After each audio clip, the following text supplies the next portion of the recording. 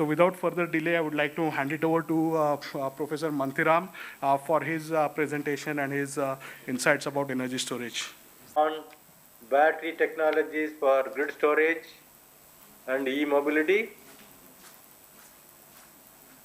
Let me see. Okay.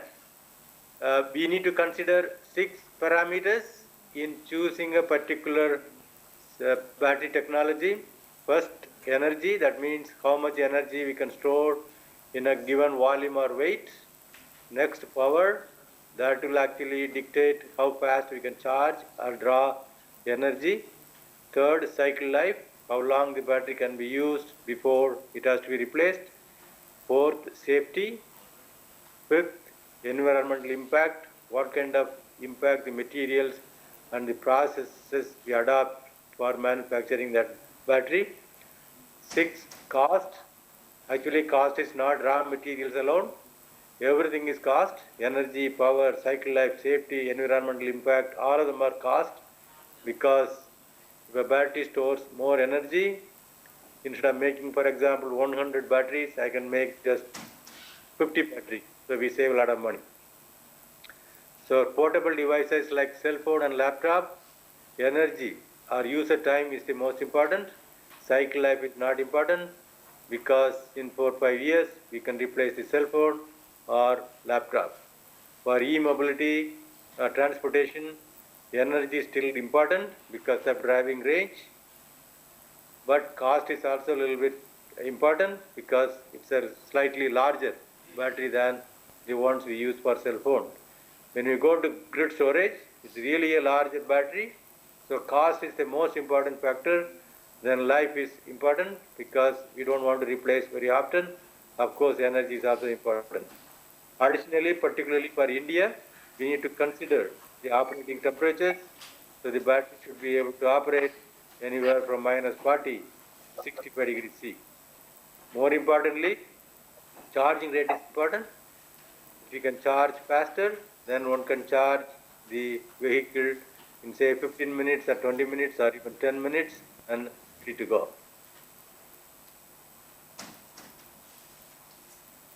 Okay, long period. Computer doesn't know. Okay, let me see here. Okay, so this shows the charge discharge of a lithium ion battery. As you see here, during charge, the lithium ions, its charge is beginning now. The lithium ions will move from the positive electrode cathode to the negative electrode through the internal circuit, while the electrons come through the external circuit.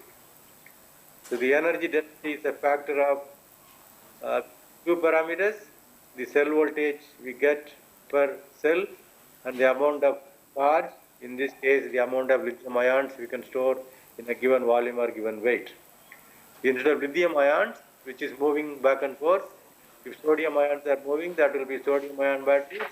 If magnesium ions are moving, that will be magnesium ion batteries. So the concept is similar. Now the current lithium ion batteries are based on graphite anode, as you see here. And for cathode, there are 3 possibilities: a layered oxide or a spinel oxide or a olivine. And all these 3 cathodes were developed by one particular group, and that is Professor John Goodenough's group. He received the 2019 Nobel Prize for his discovery or development of cathodes for lithium-ion batteries. The work was done both at the University of Oxford and at the University of Texas at Austin in the 1980s, involving 3 visiting scientists. First, Mishishima came from Japan, did the lithium cobalt oxide in 1980. He left. Then Michael Thackeray came from South Africa.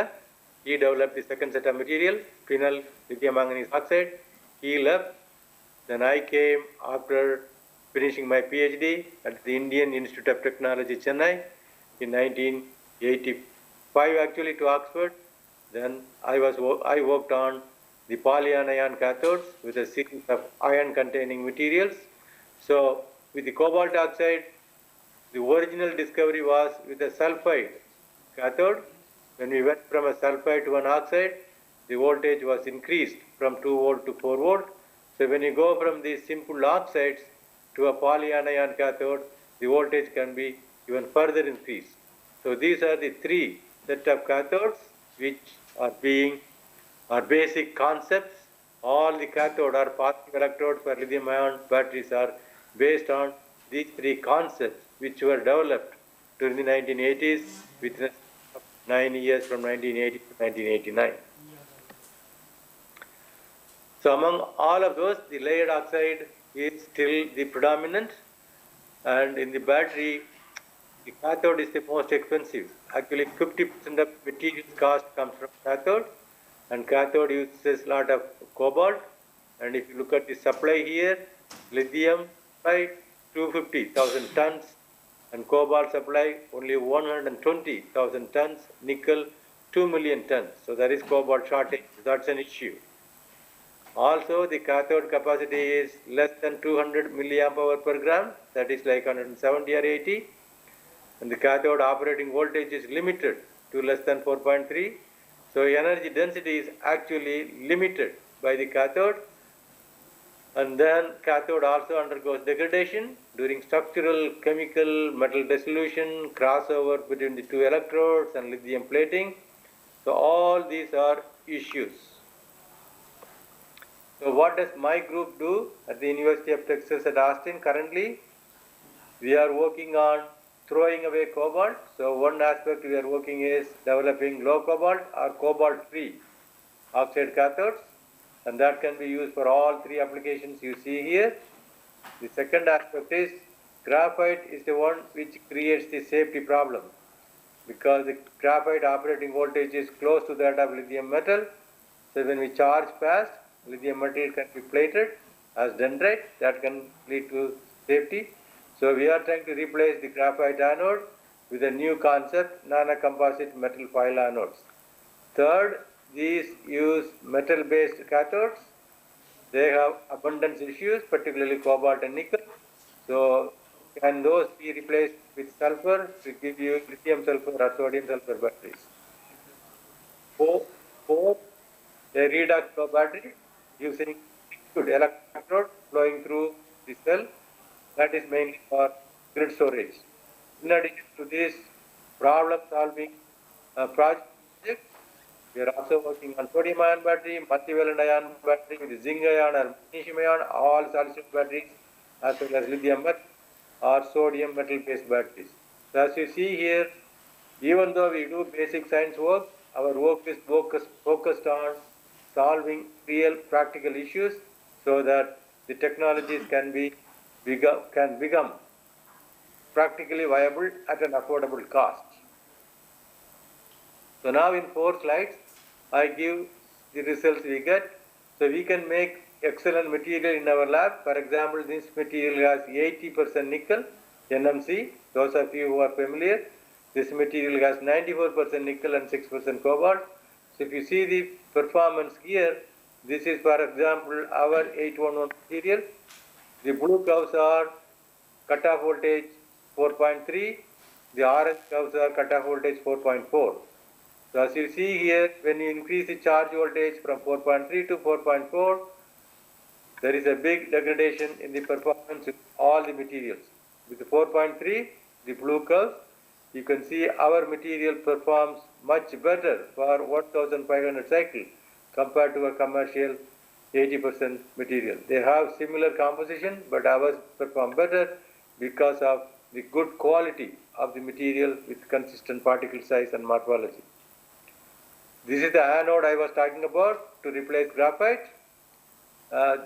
These are metal foils, can be made with an inexpensive metal rolling metallurgical process, and that really gives much higher volumetric energy density than graphite.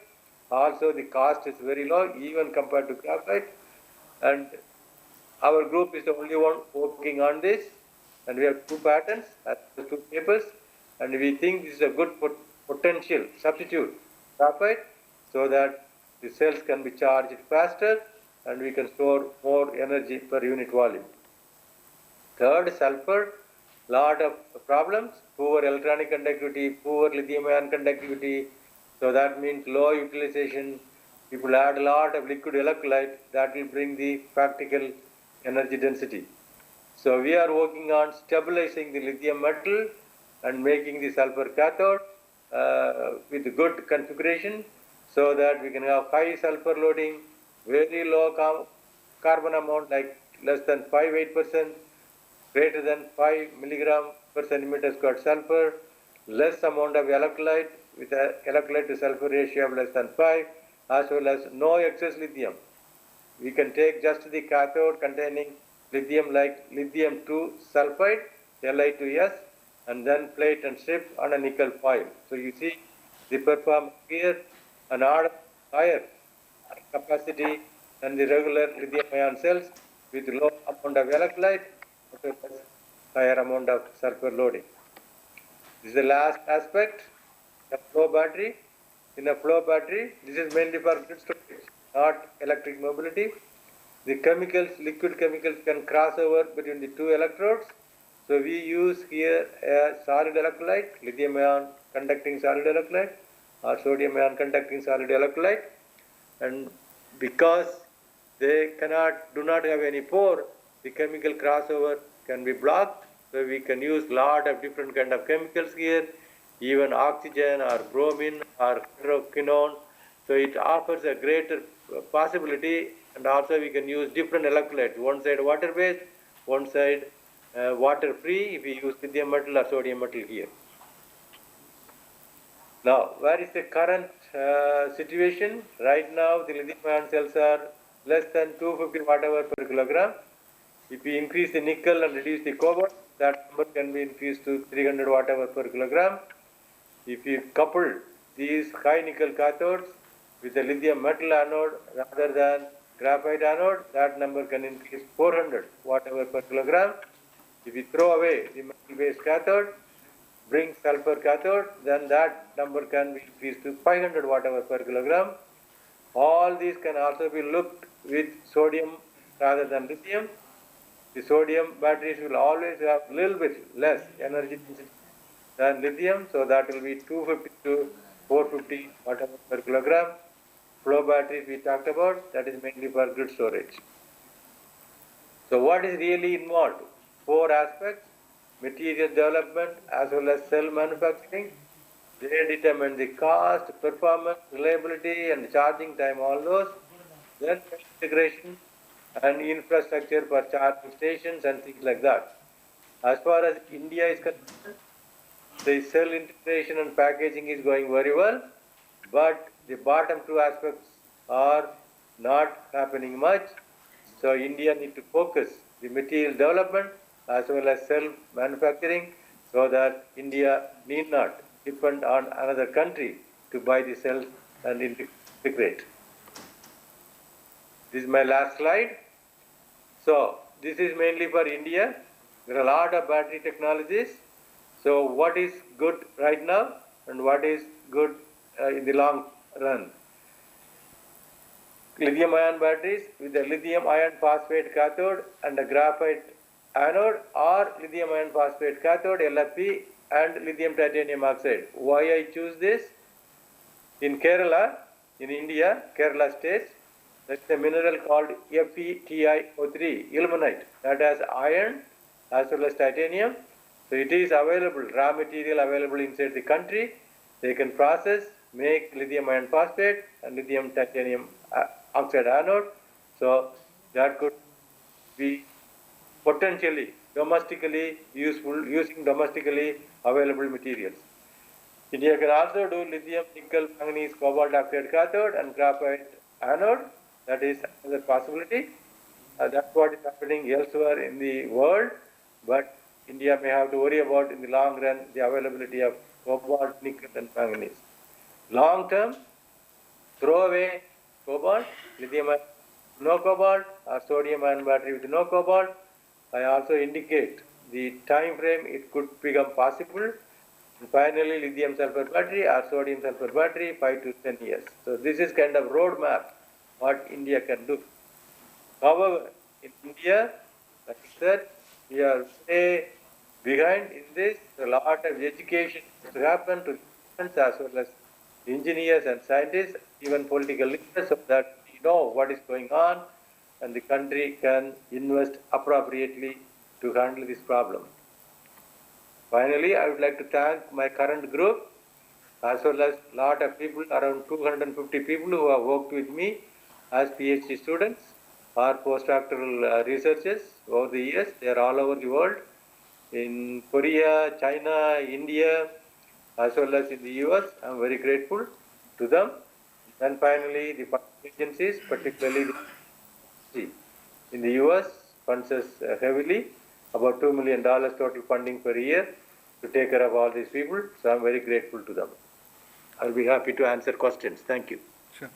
Thank you, Professor Manthiram, for very interesting insights and all the work which you are doing in this area. And first of all, also thank you for staying up so late and doing this presentation almost at midnight from Texas. So again, please have a round of applause for Professor Manthiram. Since he's dialing in remotely, maybe it's better that we take any questions if you have directly right now, and then for rest of the panelists, we can have maybe joint questions at the end of the session. So are there any questions in the room? So I have one quick question. Professor Manthiram, you shared a lot of interesting research which is going on at your university, and you are also already showed on the last slide some of the interactions which you are having with various industries for advancing that. So are you already seeing any traction from Indian industry in this, or how do you see a leading university like yours would like to work with stakeholders in India to try to take this forward in India? Okay. Are you able to hear? Yeah, we can able to hear you. Yes. Okay. So two leading companies in India are in contact with me. Hopefully something will happen. So if it happens, I'm planning to work with them. They met with me and we are in the process of communicating. Okay. One company actually visited me very recently here, and another one, when I was in India, they met with me. So hopefully something will happen. These are two large companies in India. Okay, that's really great. And again, we at India Energy Storage Alliance will be happy to support it. We are trying to work with DST, where you are also part of the committees, to try to build industry academic collaboration to try to advance both research as well as commercialization of these technologies in India. So we look forward to working with you. I'll be visiting US next month, so possibly if your schedule permits, I'd like to visit you as well. We look forward to you being involved with the Indian ecosystem, and thank you really for all the work which you are doing and time you are allocating for advancing this research in India. So really thank you for that. Okay, so let me know when you visit. You can visit me, okay? No problem? Yes. Okay. Okay. And also, like I said, one last thing, the education is very important for India, okay? So I think government should focus on it, because students as well as the scientists and engineers, because there are a lot of intricacies involved in the battery technology, so it's better that people are educated. Sure, that's actually a very important point you brought up. So I'd like to actually just maybe use that to make an announcement that with DST, actually IESA is launching a series of fellowships for supporting advanced research in energy storage, not only on the material level, but also on policy and business level, where initially Customized Energy Solutions has agreed to support 3 doctoral or postdoctoral fellows, where they will receive stipend from company, but also a matching fund under PM fellowship program from Department of Science and Technology. And we have now opened this up for also all the IESA members, where now we have more than 100 companies. So we are hoping that within next 6 to 9 months, we should be able to have at least 15 to 20 researchers supported through such industry collaborations, where the problems will be identified by the industry, and we would like to work with some of the leading universities like yours to try to see if we can address challenges in India. We have one question from the audience. So can you maybe come here so that Professor Manthiram can see you, and you can also introduce yourself quickly and ask the question. Sir, just a minute. There is a question from audience, so I'm inviting him to the podium. Yeah, so one thing, maybe you may think of arranging some short courses in India. Namaste, Professor Sir. I am Krishnappa, representing from Karnataka KPTCL. Very recently, we have come across with a environmentalist. This battery storage, they are opposing it. So how, as you said in your this thing, 10 years is guaranteed. After 10 years, how we can dispose the batteries? Okay, so this is an important question. Yes, sir. When I was doing short course yesterday, somebody asked, so India should focus recycling. So right now you have a lot of batteries with cell phone and laptop. Even those batteries should be collected and they should be recycled to retrieve the lithium, cobalt, manganese and nickel. It's very, very important because India is one of the most populous countries and we do not have a lot of resources in terms of the raw materials necessary for battery cathode. So recycling is very important. So that has to happen. So government should focus on material development, cell manufacturing, educating the students as well as recycling. At the same time, having appropriate policy so that these things can move forward. Sure. So thank you very much, sir. It was really great to have you. If you are able to stay back, then you can listen in on the other presentations. Otherwise, if you need to sign off, then we can close the Skype session. I think it's going to be close to 2 a.m., so I have to sleep. I will sign up. If anybody has questions, I'll be happy to answer. No, I think those were the questions right now. So once again, thank you very much. I look forward to talking to you next month. Thank you, sir. Okay, thank you. Yes.